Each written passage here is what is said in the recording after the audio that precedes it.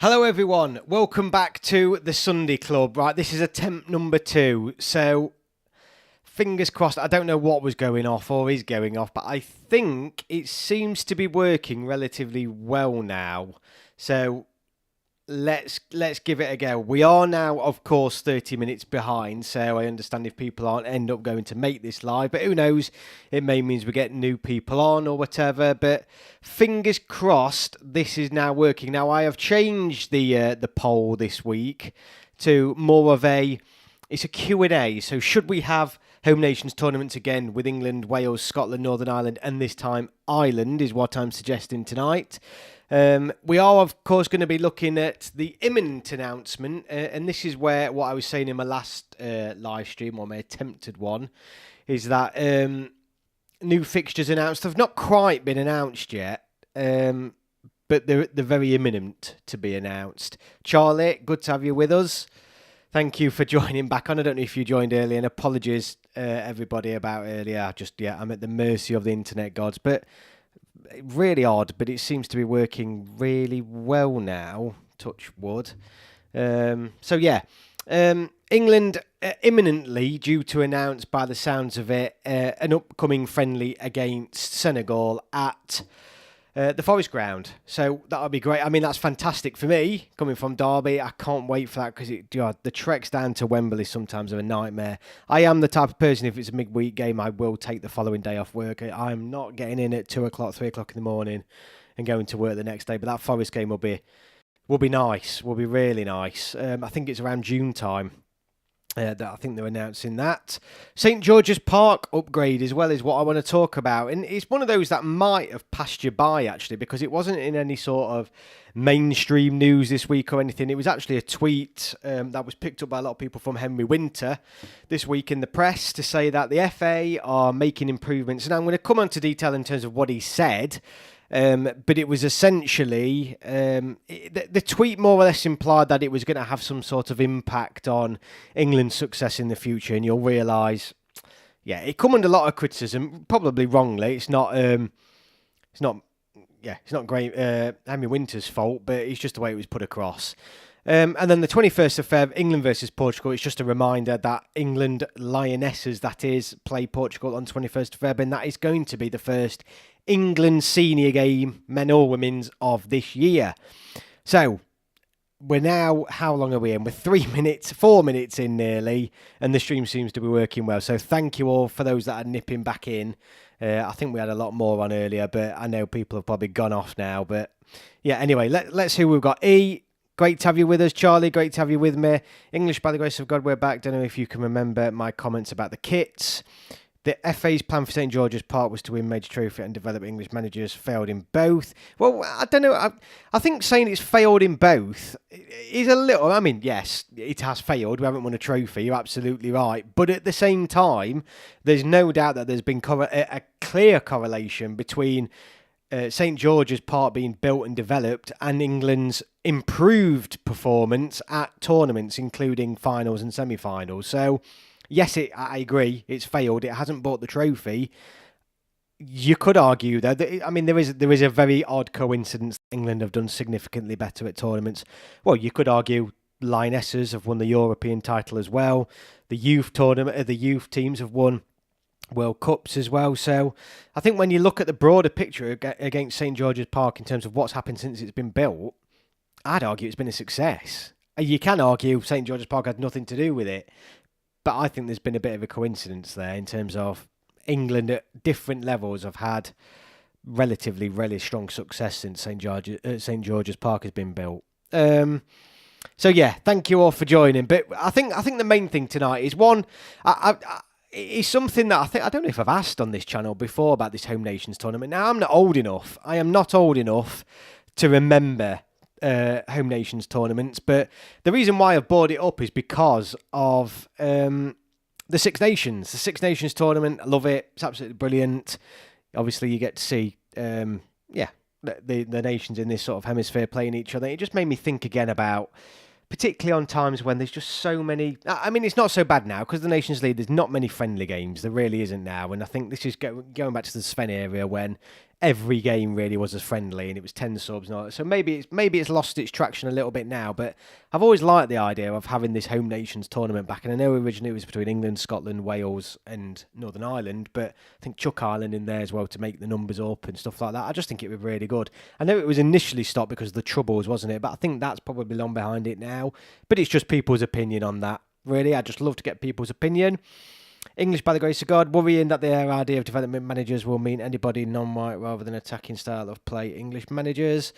Well, I think the one thing, I mean, the colour of the skin, I'm not really bothered about talking about, but I'm not bothered who wins, who's the manager of England, as long as they can win it. I couldn't care less. The problem with St George's Park and the FA is that they arguably haven't developed an English. They haven't developed good enough English managers, have they? They haven't. That is one criticism. Clearly, with the appointment of Thomas Tuchel, that came out.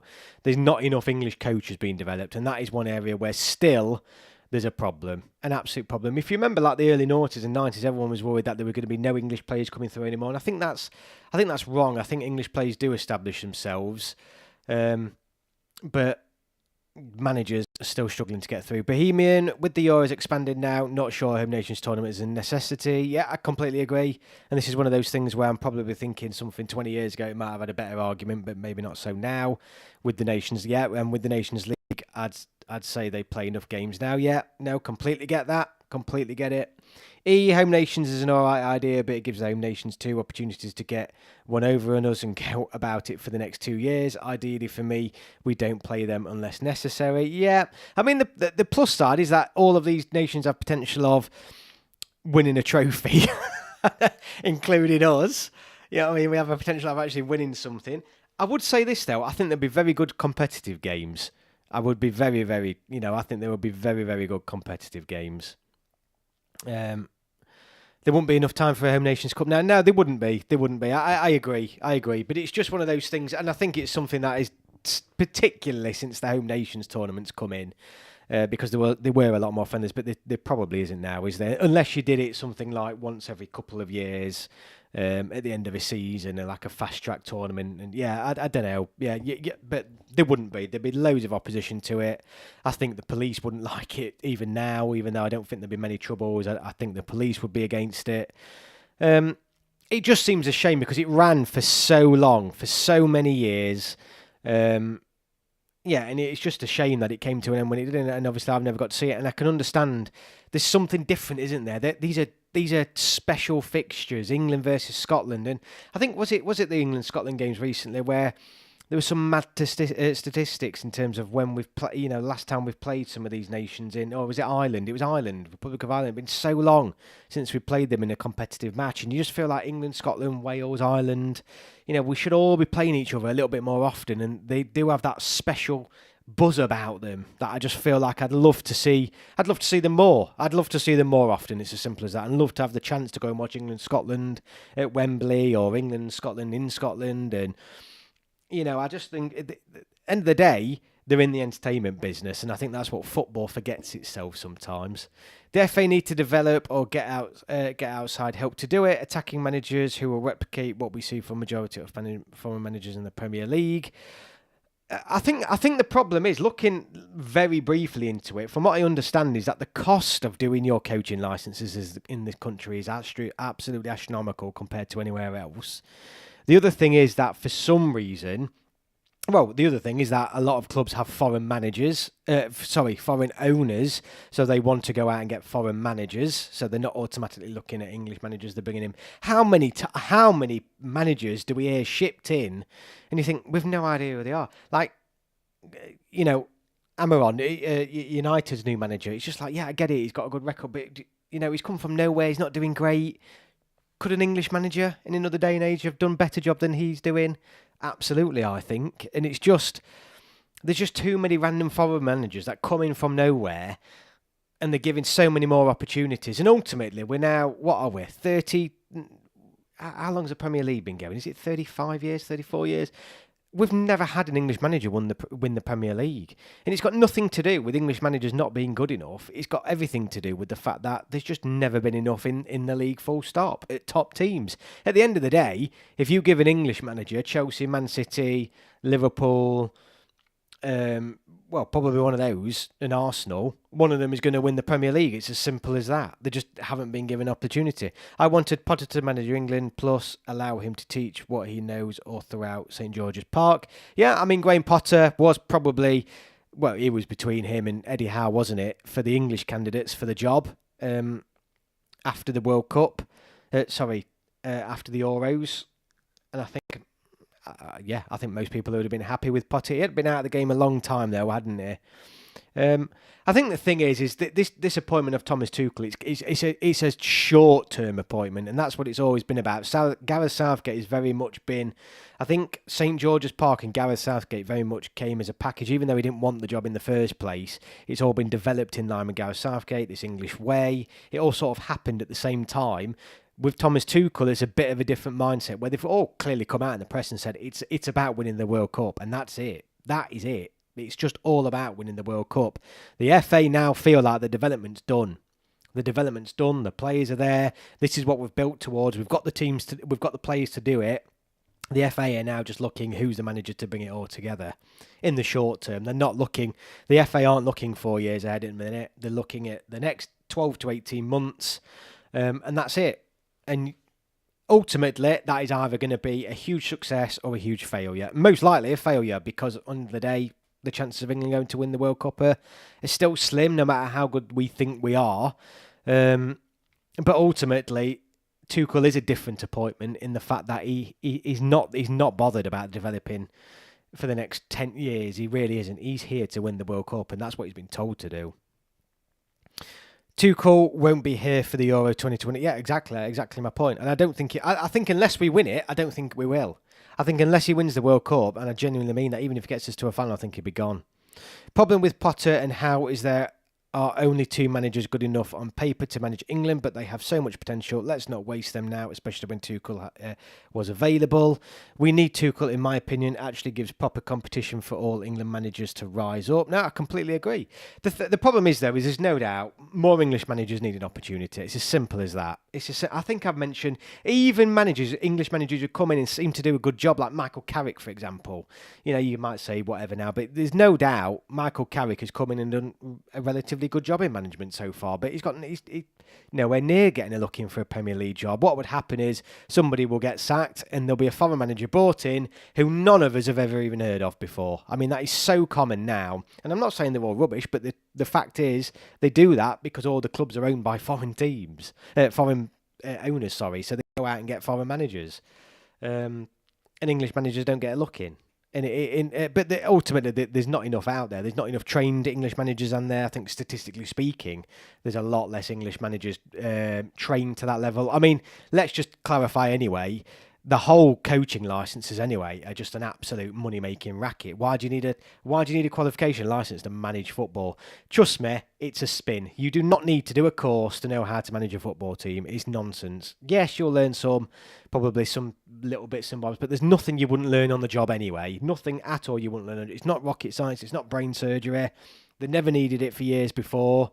It's just a nonsense. It's just an absolute nonsense, and it's there really to make more money, isn't it? That's what it's there for.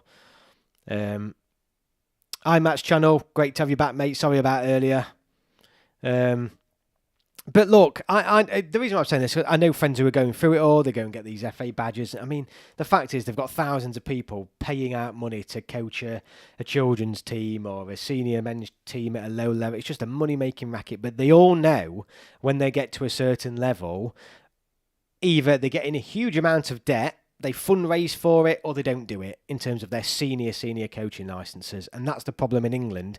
And from my understanding, it is significantly cheaper in somewhere like Spain to do those same level coaching courses.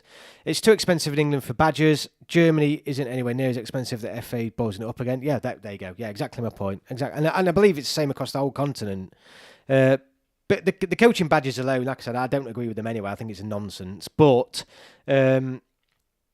But yeah, no one's ultimately now it's becoming a barrier in this country because it's so expensive. I think the problem with a lot of up and coming English managers, besides Howe and Potter, a lot of them are just shit pet clones, e.g., Russell Martin, Luke Williams, and they aren't that great generally.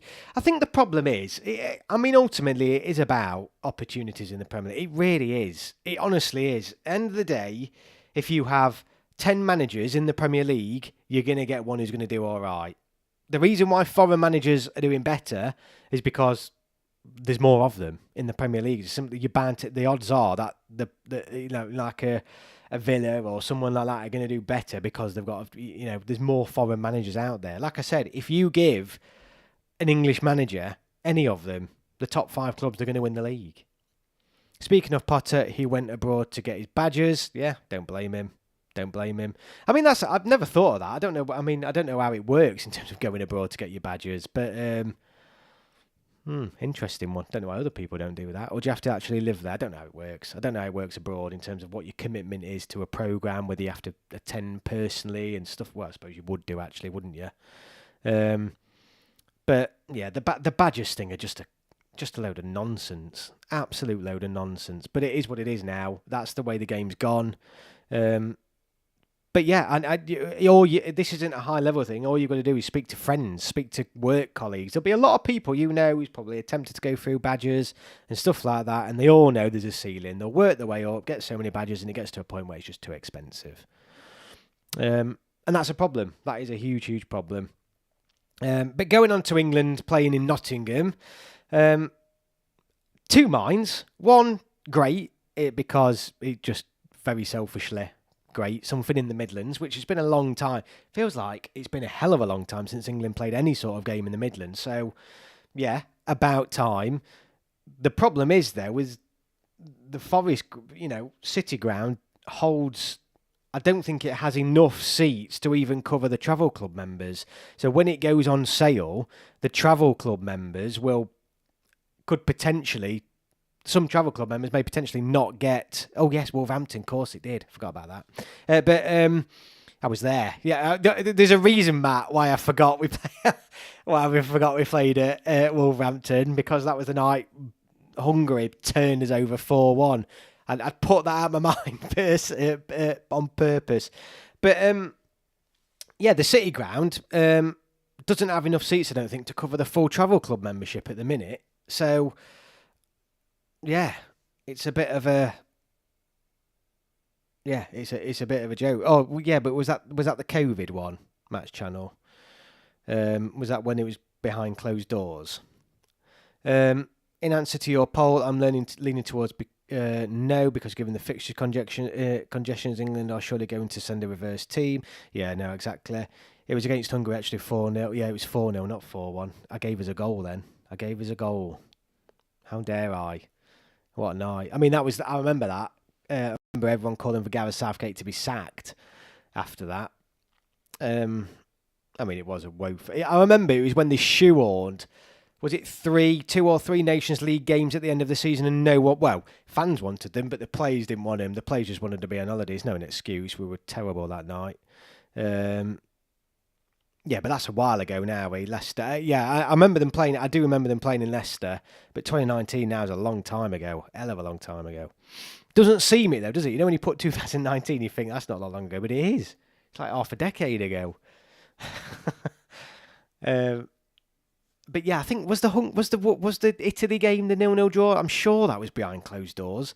Still mad. Everyone blames Southgate for that game when the players clearly didn't want to be. They didn't. No excuse. But it was. Oh God, it was so bad. So bad. But yeah, I mean, look, great. I don't know why they didn't do it at Pride Park. I'm being even more selfish now. Why didn't they do it at Derby's ground? Newer. Think a little bit easier to get to. I think it's bigger as well. Does it hold more seats? There's not much in it. Should have been at Derby. 2018, the Nations League semi-final, when he took Sancho off, thinking we had the game done. Made me laugh when Southgate was blamed. Pickford starts instead of Ramsdale. The game ends 0-0 against Hungary. It was just... what a shit night that was. I remember as well, because we spent all day in Wolverhampton. I remember looking around for these orange chips. They have, obviously, because of the football tip, we had like these bright orange yellow chips. Looking around for them. I can't even remember what pub we were in. I can barely, it was just crap. I mean, to be fair, I like Molineux. It's nice ground. Quite a nice ground, actually. I didn't mind it. And I remember it being a lovely day. I remember it being a really nice day. But yeah, the game, Jesus, it was so bad. So bad. But I'll be honest with you, I hated it more driving back from Wembley earlier this year when Iceland beat us and Greece than driving back from Wolves to Derby when we got beat 4-0. But yeah, driving back from Wembley when England have been shit is 10 times worse for me. England 0-0, Italy and Wolverhampton was behind closed doors because of UEFA punishment. Oh, right, yeah. I knew it was behind closed doors, but I get confused of when COVID was, what was behind. I do remember now, but I 100% remember it was behind closed doors. I do remember that. Yeah, I do remember that now. God, we've played Italy so many times. But let's get, anyway, the one thing I haven't mentioned actually is this St. George's Park update. Now, I do want to talk about this. So I'm going to have to go on my phone because I've got it on X, on Twitter, whatever you want to call it. So Henry Winter. So the FA have decided, and I think this has been a bit of a PR nightmare, really, for the FA, because I don't think it's been received in the way they wanted it to. So Henry Winter, FA reveals radical, that's the FA's words, radical transformation of the England playing and coaching hub at St. George's Park. The ambitious St. George's Park 2.0 project will create a reimagined performance home to inspire and enable England's players, team and coaches to be the best in the world. 3 main modernisations. Now, just hold that in your mind. The FA have said this is radical, transformational, and will develop us into the best team in the world, help inspire and enable England to be the best team in the world. That is the FA's. That's the FA's words. This is what they're actually doing at St. George's Park. So, competitive advantage is one thing. So, all England team pitch surfaces will be upgraded to improve the wet weather playability, with pitch-side hub buildings, screens and landscaping to maximise training effectiveness during international camps. Performance and recovery facilities will be upgraded. I mean, so a change of grass, a couple of buildings with some screens on it, and probably a new swimming pool. That's it. The next thing, players and coach. So the first one was competitive advantage. The next bullet point is player and coach expectations. This is what they say. Modernisation of the hotel rooms. Communal spaces to better fit teams' needs. Plus the installation of permanent downtime activities. Inclusive design of all new and upgraded spaces. Plus adding new features to maximise St. George's Park accessibility for elite talent. So comfier bedrooms. So I'm not even joking. A change of grass, a couple of TV screens at the pitch side, and posher bedrooms for the players is the second point. They can put it in as many fancy words as they want and in many fancy paragraphs is essentially what they're saying. The final bullet point is football innovation. Inspirational learning and meeting rooms that encourage creativity in everyone's daily work, together with bespoke areas and technology for performance innovation by our coaches, staff and external partners. So a refurb of the offices, basically, and probably fancier Wi-Fi. So you can understand how the FA's initial statement doesn't quite fit with what they're saying. I mean, the way they put it out there, it's like, right, they're going to improve grassroots across the country. When they're using terms like radical transformation of England playing coaching hubs, stuff like you think, right, what are they going to really invest in here? Something to bring teams in around the country, get everyone. But they're literally talking about fancier dressing rooms for the fancier hotel rooms for the players, a change of probably the grass, and fancier tables and chairs and Wi-Fi in the meeting rooms. That's it. That is literally it. So you can imagine some of the replies from that, and this is from to Henry Winter, is things like, make sure the landscaping looks its best too. No one wins a tournament without premium landscaping. Wow, I was initially excited by Henry's tweet, but wow, that's disappointing. Another person, so the three main areas that the FA are spending money on are the infrastructure of the grounds. I'd assume this will be centralised contract to upgrade. It's basically just funneling money into their crony pockets. Sickening. FA spending more money on elite grassroots football is on its knees, question mark. So yeah, why didn't they spend it on grassroots? Complete and utter non-story. They say in their own words it's state of the art, and now they're giving it a refurb. Reimagined, puffier pillows, bigger TVs and PlayStations in each room. That'll frighten the opposition. So it didn't quite get the reception people wanted at all. English, by the grace of God, they are doing it for the sake of paying teams using it. This isn't for English teams or players, it's for paying outside teams.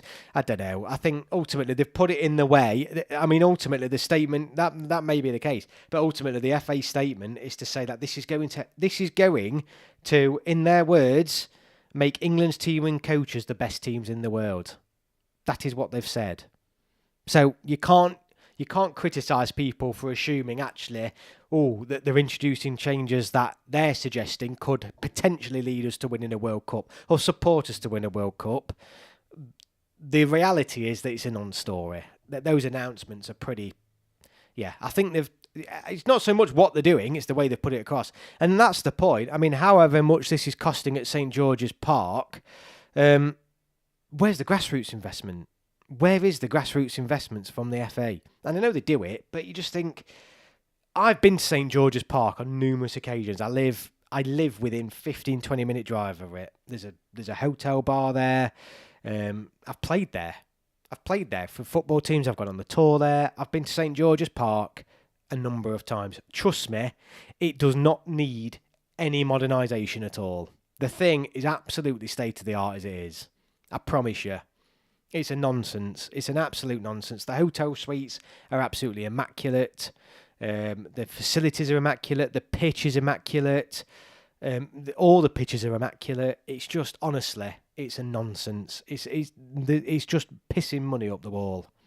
Nonsense from the FA as usual, says English by the grace. Cozy club. This FA isn't it. Time for accountability and removing if need be. Problem is, this is how the FA have always been, isn't it? And who ultimately, looks after the FA? No one. They just do what they want, really, don't they? I mean, ultimately, look, I think St George's Park, I think that has been a good idea. I think that has been a good idea in the long term. I like the idea that it brings youth teams, senior teams, women's teams all together.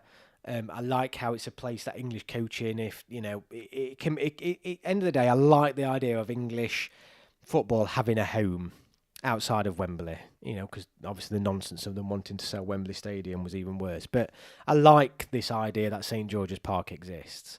It's just, I don't know. It's just the idea that you don't mind them doing it, but you don't put stories out saying that this is going to make us some of the best teams in the world and then announce that you're upgrading the bloody hotel rooms. It's just uninspiring. It's completely uninspiring. So, I think the FA, ultimately, right? I think the FA have got the publicity around this wrong. They've got the publicity around St George's Park completely wrong. And Henry Winter got the brunt of it because he's the one who announced it.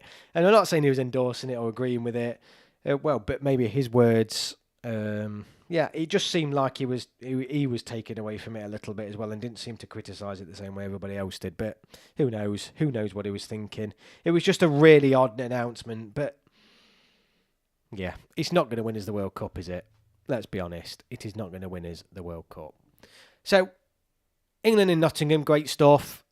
England Lionesses, I know I've got a video out at the minute, so check that out in terms of this massive year ahead for the Lionesses over the next 12 months, starting in February. It's just too long, isn't it, between when England men have last played till the next game. But it is all going to start ramping up. February, towards the end of February, that's it. The games are going to start then coming thick and fast. And thank goodness. We've got the Nations League for the women. We've got the qualifying for the World Cup, which will be great. And then it sounds like there's going to be some sprinkled friendlies in over the summer months. And I think, you know what? A summer night in Nottingham by the river, I'll have a bit of that. That'll be nice. It'll be really cool. Might be far off yet, but former FA board member is current MP and he knows how useless the FA are. Maybe if he's in government next time, things could change, maybe. Yeah, I mean, the other thing is obviously, I know it's the Premier League, but this football regulator, it'd be interesting to see how this extends to the FA and what sort of impact it's going to have on the Football Association, and particularly with things like as we move forward, the FA, if they want to try and sell Wembley Stadium again, or do some sort of radical things like they've tried to do in the past, or is it going to ensure that the FA are giving some sort of requirements to invest in grassroots football? I think the regulator, it'll start us off, but I think the powers of the regulator probably are going to grow over time, and ultimately there's hopefully going to be some sort of impact on the FA as well, in terms of what they should be doing and their accountability and what, and ultimately what their responsibilities are for football in this country ultimately. So that will be interesting, really, really interesting. So yeah, I think it's yeah, I think there's a lot of change still on the horizon. Nothing at the minute that's going to impact Thomas Tuchel and the World Cup coming into next year. Ultimately, like I said, Tuchel is here to win the World Cup. He's here to win it. I think his next squad is going to be very exciting. I think there's going to be a lot of players coming in there that thoroughly deserve to come in. Your Villa players, for example. There's going to be a lot of good, exciting talent coming into this first English squad. English squad is going to put out, and I can't wait. I cannot wait. I really cannot wait. It's quite interesting as well, though, because the first couple of games, obviously, are quite difficult sells for the FA. It's going to separate the men from the boys a little bit in terms of commitment to going watching. Well, obviously, if you can't go for work reasons, I completely get that. But obviously, England versus Latvia at home on a Monday night is a hard sell. It's a very hard sell. So there's not going to be. I'm not expecting it to be full. It won't be full. England-Albania Friday night, completely different kettle of fish. Again, ridiculous. We spoke about it last week, how the under-21s are playing on exactly the same time, exactly the same night. That's ridiculous. It's a bit annoying. I'd like to watch both games separately. But, yeah, England versus Latvia on Monday night is a real hard sell. Can't wait for Tuchel's first matches. No, me need read. Cannot wait, mate. Cannot wait. I think there's going to be a good atmosphere for that Albania game. And it'll be interesting. I think it's not so much the squad, and it genuinely isn't for me. And as much as I am looking excited for the squad, I'm really interested to see what system he plays.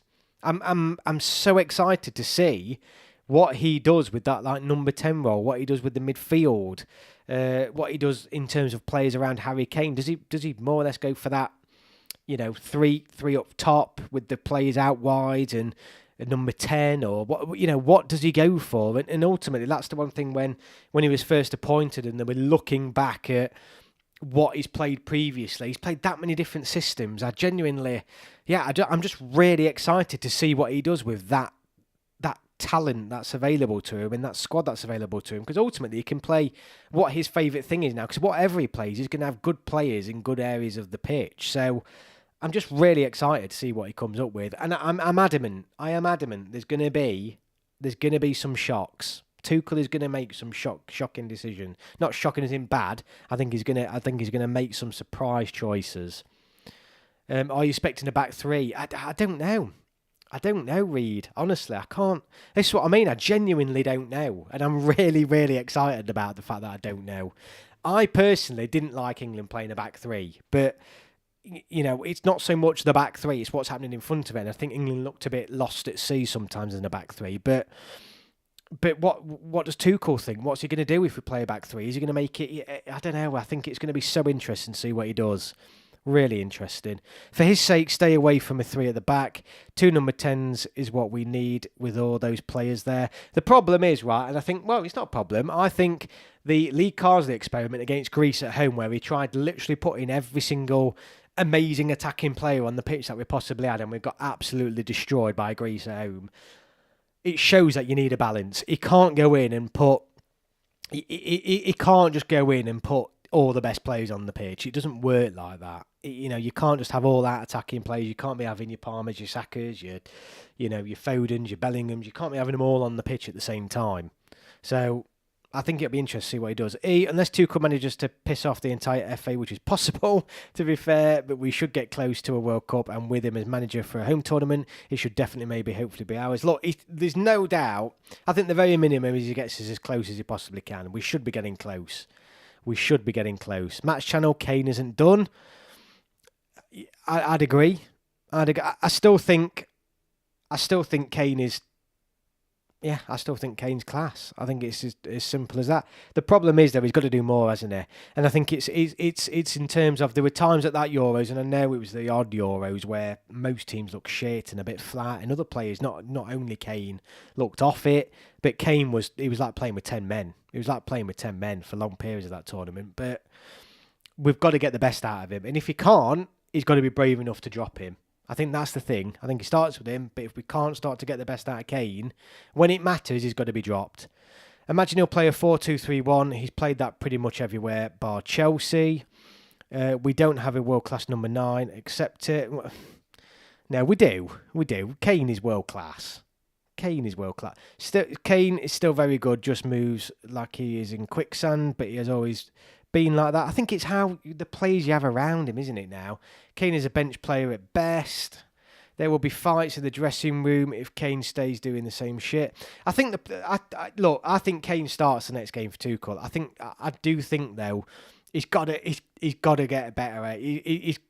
Tuchel's got to get a better performance out of him than what the managers were getting last time. But Kane is a top player. Kane is a top player. Kane is still scoring in Bundesliga and performing with Tuchel. We have 2 world-class strikers, Kane and Watkins, our top strikers. Kane looks better in Germany because German league is crap and Bayern players are clearly crap. He joins with Premier players and ruins the team. I don't know about that. I think Kane's still a top player. Tuchel got the best out of Kane. He was top goal scorer in Europe under him, and he'll get more out of him than Southgate. That's the hope. That is the hope. And like I said, I will defend Kane a little bit from the Euros. Not that I'm not pissed off with them the same way everybody else was, but how many people were shit at the Euros? How many teams were shit at the Euros? I mean, it's almost the tournament where only Spain turned up. It was that bad. I mean, we stunk the place out all the way through to the final. So I can't just look at Kane in isolation and say he was awful, but he was awful. There's no doubt he was terrible at the Euros. We literally didn't see him for 90 minutes, but so was a lot of other people. And Kane is clearly still a top player. Top player. Walker could make a comeback depending on how he does at AC Milan. I think we've mentioned before Ben White. Ben White has got to be probably coming back in, hasn't he? Which I don't agree with, but I think he might do. I was hoping Watkins to push in this season, but he's inconsistent. Kane looked this good in England. What am I reading? Which game did he play his best in at the Euros? Who, Kane? I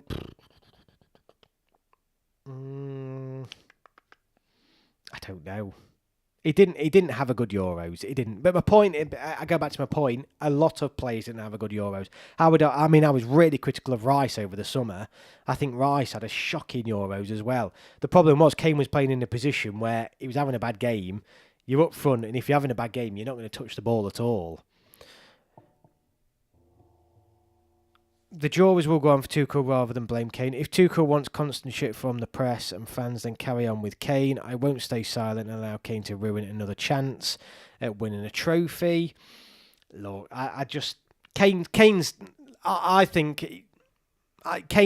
clearly our best striker still. Kane is clearly still our best striker, and I would class Kane as a top player. He had a bad Euros, and now people are pretending he's not the best striker in the world. Kane, probably against Denmark, and that was our worst game.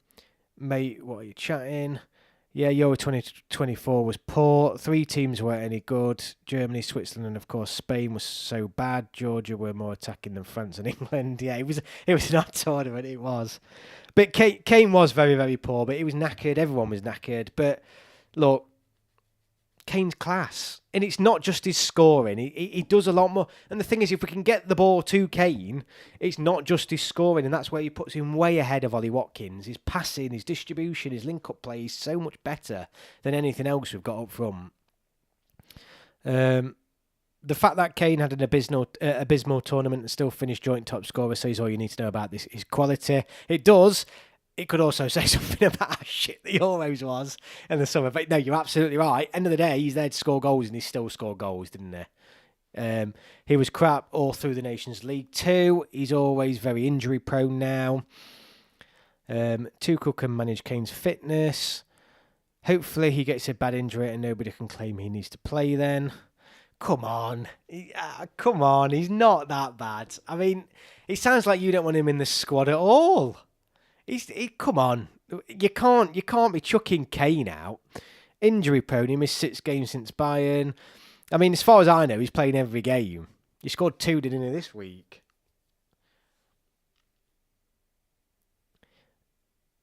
Yeah, his time needs to be managed. But look, Kane's starting, mate. He's starting. And he's starting for probably 95% of all other England managers. He really is. He honestly is, mate. The very few managers would be benching Kane, if any, would be benching Kane. Sancho, great in German league. Look at him. Wanting the best striker we've ever had to get injuries disgusting. Get out of here, says Josh Phillips. Yeah, I don't want him injured. There's a reason Bayern are top by quite a margin. Why does he ruin the team when he plays with Premier League players? He don't ruin the team. Look, there's loads of games where you can point to Kane being probably one of our best players on the pitch. Argument would work, but Kane was good in the Prem. He was really good in the Prem. I wouldn't be surprised if part of why Tuchel got the job is because he knows how to play Kane. Yeah, no. Well, look, there's no doubt Kane has got the right manager in Thomas Tuchel, hasn't he? At the end of the day, as he comes towards the end of his career, if anyone's going to get the best out of him in these last few years, and particularly for this Euro, it'll be Thomas Tuchel. He knows him. He's worked with him before. And to be honest with you, I mean, look, I'm as frustrated sometimes with Kane, particularly going back to the Euros, obviously the penalty miss at the World Cup. But I think the drop-off from Kane is huge. I think the drop-off from Kane is massive. I think if Kane's not on the pitch, I think let's say Ollie Watkins, I don't think Ollie Watkins owes a candle to Harry Kane personally. I hope to... Josh, if this is Rage Bait, he's doing a very good job. I hope Tuchel loses any game Kane plays in. Get that done nice and early, then it won't ruin the World Cup. Come on. Come on. No way. Who's this? We've got a new person. Ulfric Stormcloak. Amazing name. Marvellous name. Welcome to the channel, mate. I am sick and tired of the Kane disrespect. When Kane retires, all the people who started him will see how bad England become. England will fail to qualify for tournaments. I don't think we'll fail to qualify, but I absolutely agree. He will not be appreciated until he's retired. The other person who I've always mentioned is exactly the same, Jordan Pickford. Jordan Pickford will not be truly appreciated until he's retired in an England shirt. I'm telling you. There's a few like that. I completely agree. Ulfric, I don't agree in the part that we won't ever qualify for tournaments again. But I agree. Kane's once in a generation. I mean, he is. The statistics speak for itself. He is a one in a generation player. We have the best or second best manager in international football and best or second best squad in international football. Like, surely something has to go our way soon. The problem is that we don't have a replacement for Kane. Absolutely. Absolutely, you're right. Absolutely. And it's not just about the goals. There's players there who probably could score goals. You know, anyone's going to probably score goals up front playing in this England team. But there's no way. There's no other player that links the squad up and the team and the system and the way we play like Kane can. Pickford's the reason Everton aren't in the Championship. Absolutely, mate. But the stick Pickford's got, and it's even now. I remember back at the Euros, people saying that Pickford needed dropping. There's been years of fans calling for Pickford to be dropped in goal for England. Years, honestly. And he's unreal. He's by far England's best goalkeeper in my lifetime by a country mile. Absolutely country mile. Bagani, the person who I wanted to win to win as the Euros was Bellingham. Well, he could win as the World Cup, mate. He could definitely win as the World Cup. Look, the problem is look, I mean, there is no. I mean, there is a little bit of a problem in terms of we can't have a Euros. We can't have a World Cup like we had our Euros. Something wasn't right. The players weren't fit. Kane wasn't at his best. There was too many players off it at that last World Cup, and the problem is now is Southgate's gone, the team's gone. We need to know what the reasons were behind that. It wasn't just England though. Seaman or Pickford, you're for Pickford, mate, all day long. All day long.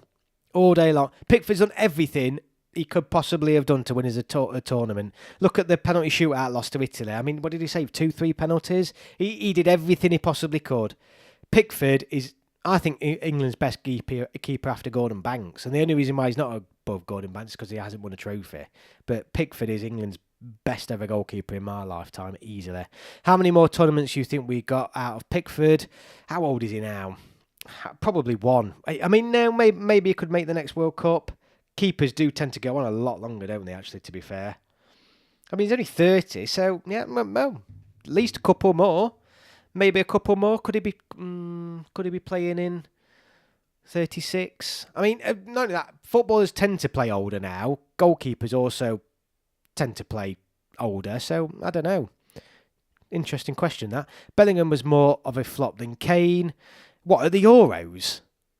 No, I mean, Bellingham had a really good first game at the Euros, and the overhead kick alone put him above bloody Kane at the Euros. I'm going to have to load up the chat. I can't keep up with the chat. If Kane is our best player, we ain't going to the World Cup. Come on. Do you think Joe Hart was good? He was good for a period, isn't he? Don't know the fucking candle to Jordan Pickford. Do you think Liam Delap could become Kane's successor? I think he could be. The problem is that there isn't going to be a Kane successor. There isn't. There's not going to be a replacement for Harry Kane. There's going to be a striker, obviously, coming in, but we're not going to find anything like Harry Kane again. We're not. So it's about. I don't think it's that danger now of who's going to replace Harry Kane and who's going to be his successor. Maybe. I mean, he's young enough, isn't he? He's got the age on his side. The striker, a top-class striker, is the hardest position to fill on the pitch. Like a true top-class striker, you can probably name a handful of teams in the world that have got them. And the whole time Harry Kane's been around, there hasn't been an non-English player really come close to him. So it's going to be a tough act to follow. Not sure it's been discussed. How do you think Kane got injured? We'd be able to operate without an out-and-out striker, someone like Jude, Palmer, Gordon in the mix centrally. Euroball, I think, did we not try that against Greece? We did try that against Greece, didn't we? We didn't play striker when we were shit. We were absolutely shit and got beat 3-0. Josh Phillips, the reason when England have won bugger all is because of people like you. You have to be ruthless. Kane can't start for England anymore. He's bench at best. He should be grateful to be on. No, I don't agree with that. No way. Bagani, when Pickford retires, we can use Trafford as successor. I mean, Trafford's definitely going to earn his stripes if he's there. Work for under-21s, says Euroball. Under-21s, though, is different level. He's obviously a different level, different kettle of fish, though, isn't it? I was going to end this stream, but this is getting really exciting now. Our next pool of strikers aren't great. Jace Stansfield looks like our best shout, but ages till get there. I'm the reason England hasn't won anything, says Josh Phillips. Really hoping Ramsdale isn't our pick for. I mean, I'm telling you now, forget Harry Kane. The bigger problem is who they always replacing Jordan Pickford, because I promise you, keepers come in two columns, amazing or shit. There's no middle ground. There's no just solid keeper. I think keepers are either really good or shite, and I'm really worried about where we're going to in replacement Jordan Pickford. Get this guy out of here. So do all you guys follow League One each week then? Ramsdale is terrible. Well, yeah, I'm an Exeter fan, says Josh, so he's got you there, mate. Bagani, Luke Shaw's successor should be Lewis Skelly. Keep an eye on Dane Scarlett, says Bohemian. To be fair to Ramsdale, if it wasn't for him, he'd have 8 points instead of 9. France won the with lorries, so we'll be all right. Yeah, good point. And the thing is look, Pickford should go. I mean, there's an argument to say keepers could potentially go until the 40 in this day and age. I mean, look at strikers now. Look at footballers. They're going until least mid-30s now. So it wouldn't be against the realms of possibility for Pickford to still be in goal by the time he's coming up to his 40th birthday. But you'd hope there's someone pushing him for his place by then. Henderson is probably the second best at the moment. It's possible, but I just think it's one of them where it's just so big, massive drop off. I think this might be bold, but I would see James Trafford being England's number one for the World Cup. Even Pepe got 41. Yeah, you're right. Well, thank you, English by the Grace. You made me laugh with the nonsense you're talking. Look, I think English by the Grace of God, definitely, mate. I think you're going to struggle for anyone to agree with you on Harry Kane. I mean, the idea that you want him nowhere near the squad, really, and drop in and all this lot, he's still England's best player, mate. Best striker, anyway, by some distance. Robert, he might not be. Because you do hear it. I mean, everyone wanted Kane sort of dropping for the Euros, and I get it, because, yeah, he wasn't doing anything, but he was just having an off period. Kane is just still out and out England's best player. Best striker. Well, maybe best player. Keep swapping it back. Josh Phillips, nonsense on football and politics. He's drunk. You'll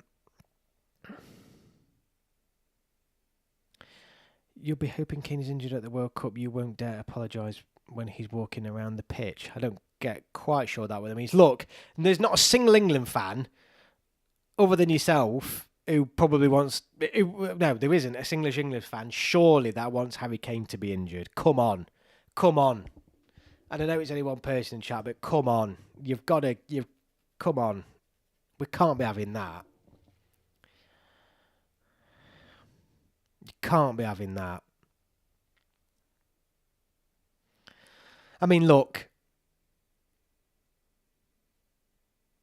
I think the thing is, I think I would usually say we agree to disagree, but there's no way we can disagree with the fact that Harry Kane is a top player.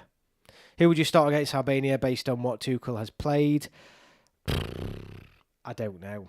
Genuinely, it is the back line that's probably... I don't know who our back three or back four is going to be.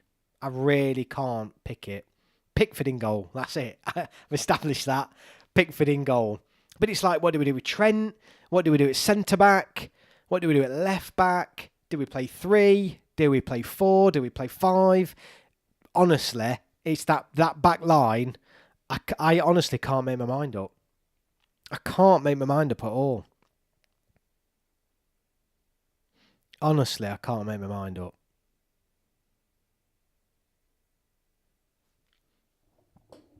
It is genuinely, I can't. I mean, everyone could probably chuck a...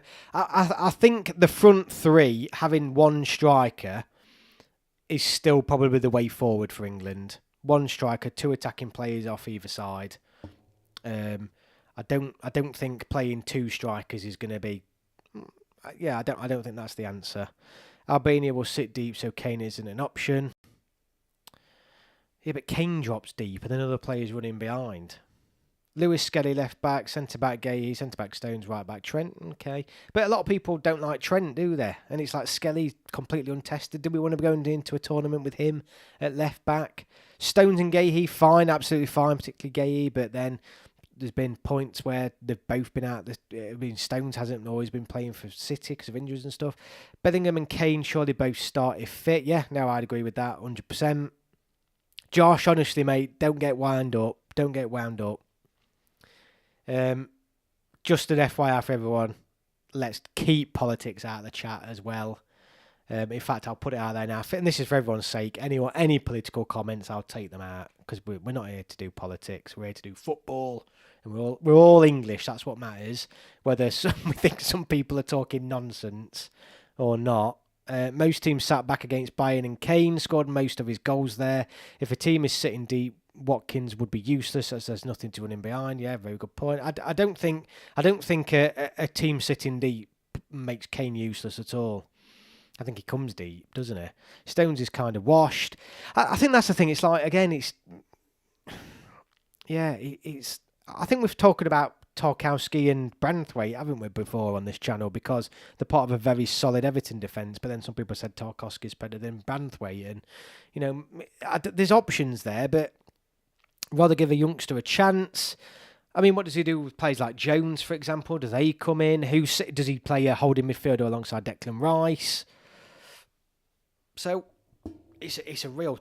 Yeah, I'm honestly, it's generally not the squad I'm that excited about. It's the system. It's so the system. After that, it's all about the squad.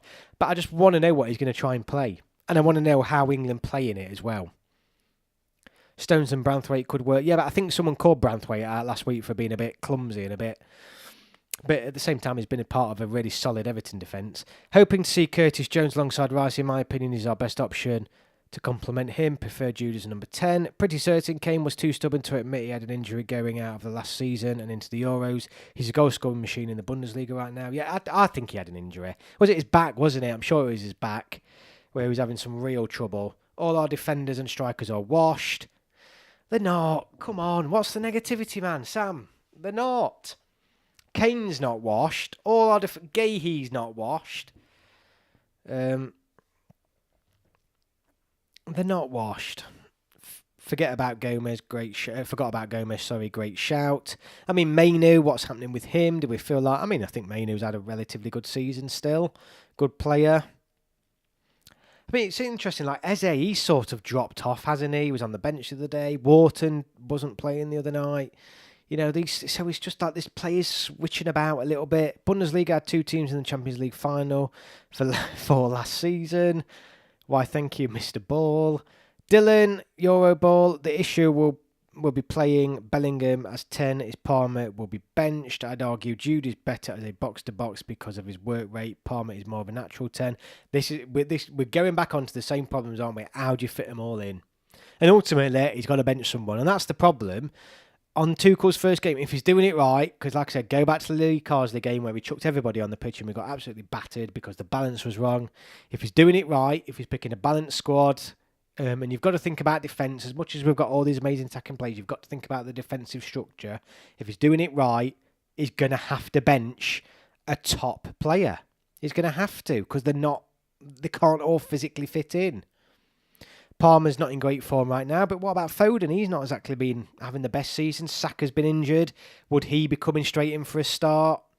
Problem is Southgate's worst results came with Bellingham in the pivot, as it was too attacking, but maybe with Tuchel he can make it work, but think it might weaken us defensively. Jude is more beneficial in the midfield battle. Tuchel straight away in March. Bellingham captain. Watkins and Tony are good players, but Kane is another level ahead of them. Absolutely, mate. My England 11, as of now, will be Pickford, Trent, Gahey, Konza. Konza, good shout. Hall, Rice, Jones, Palmer, Bellingham, Rodgers, Kane. I wouldn't disagree with that, Josh. I think that's a good shout, mate. Maybe I possibly would put Gordon in. I think Anthony Gordon would come into mind. I think he's probably one of the best English players in the league this season. Ideally, Rice and Bellingham should be the one, but they haven't played too well together so far.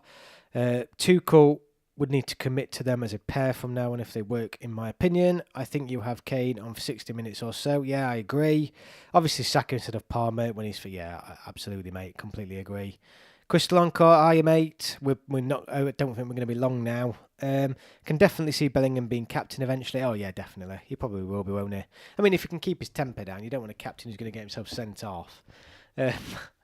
Yeah, it was close between him and Rodgers, but Rodgers is incredible at the moment, ridiculously good. Yeah, no, I can see that. I can definitely see that. I think for me personally, I'd go for Gordon, but I can completely see why you would go for Rodgers. 100%, having a great season. And then hopefully Marcus Rashford. Hopefully Marcus Rashford is pushing back for a space. But I do think let's be honest, it's so exciting. It's so exciting to see what this manager is going to do, how we're going to play. Livramento has been really good so far. Yeah, absolutely. I'd rather have an 8 nations of England, England, France, Spain, Germany, Italy, Portugal, Netherlands, Belgium. What do you mean? It's like a mini tournament? That'd be sick. Um, yeah, no, Livramento is another good one. Yeah, look, the options are there. It's just the system. I think that's the biggest problem for him as well. It's not. Let's be honest. It's not picking the players, is it? It's not really a problem. I mean, the problem is probably we've got too many. The problem is the system. It's what he plays, how he plays it, what sort of system he plays, and who he plays where. That is his biggest barrier, not the personnel. The personnel's there. It's how he gets this team playing as a team. He looked very lively when he came on earlier. I love the team Villa have. Really exciting now, mate. I completely agree. They look brilliant. He did look good. Rashford did look good when he came on, and that's what I mean. Let's hope it pushes him on, because I said before, look, a fully fit, firing Rashford is walking back into the England squad. We just don't see it enough. But hopefully this is going to be the catalyst to push him on. Buzzing that we're back in the Top Nations League groups again, so we can actually play against good teams. And oh God, I know. Tell me about it. I'd have been fuming if I'd have missed out on that. Yeah, Bellingham keeps getting yellows for outbursts on pitch. Needs to calm it. The other problems is that Southgate had 8 years in charge and 3 or 4 players under 20 boss. This is Southgate's setup. A little bit, but then I think the positive that came from bloody hell. The positive that came in after it was Lee Carsley for Lee Carsley. I forgot his chuffing name then. The benefit that came in Lee Carsley is exactly the same. He brought the under 21 players through, didn't he? And hopefully some of those are going to progress. Like Madueke, for example, might hopefully still get a shout. Anyway, I can't believe, considering that this stream, well, I've done 2 streams, I'm going to have to go back and delete them, but considering this is now been a half an hour later stream. The first one was a bit of a disaster because of my internet, and then for some bizarre reason, my internet then just decided to work. I don't know what was happening. But considering that, I think this has been a very spicy evening. English by the grace of God, thank you for your comments and stuff, but I just don't believe. I think you're in the minority significantly tonight, mate, with your comments. But ultimately, we're all here to make sure England go well. AC Milan currently have Walker tomorrow and Abraham playing for them, already having started to set up since Sergio Conchalo joined. Yeah, I know they've got a lot of good English talent there. I mean, Walker obviously is still a potential, isn't he? Right back. A couple of players who need to be in the squad is Elliot Anderson, Morgan Gibbs-White, been excellent this season. Forest are away at Exeter and Tuesday, so can't wait to see them live. Brilliant, mate. Brilliant. Well, I can't wait for Kane to lift the World Cup next year, and that's what it's all about. And hopefully it will be Harry Kane, no matter what. I think all of us want Harry Kane to lift that trophy. But anyway, thank you all. Thank you all so much for this evening. I'm not going to pick a fan of the week this week because, I'm not going to pick one. There's been a lot of comments, because I don't want to sound like I'm picking sides, but ultimately, English by the grace of God, I don't agree with most of the things you've said tonight, but fair point, putting your points across. I'm glad Reece James is finally back. Yeah, but mate, he's got legs like poppadoms, hasn't he? He'll be out again before you know it. I'm not on Kane. You've got an echo chamber here. Have a look at outside of your normal groups and you'll see plenty of others saying the same as me. Yeah, but look, mate, anyone who's saying Kane's crap or he's dropping needs their head shaking. In my opinion. Looks good, but fine. Looks fine. Harry Kane is on my mind. He's England's number 9. On that, I will bid you all good night. I hope you all have a good week. I hope you all have a good time at school, work, whatever you're doing. Okay, thank you, Grace. English by the grace. Got no one else is saying they want Kane injured. No, absolutely not. Right, we'll leave it there. Hope you all have a good week. Whatever you're doing, thank you all so much for joining me. Same time next week. Well, no, half hour earlier next week. Hopefully my internet will be better. And yeah, I'll see you all on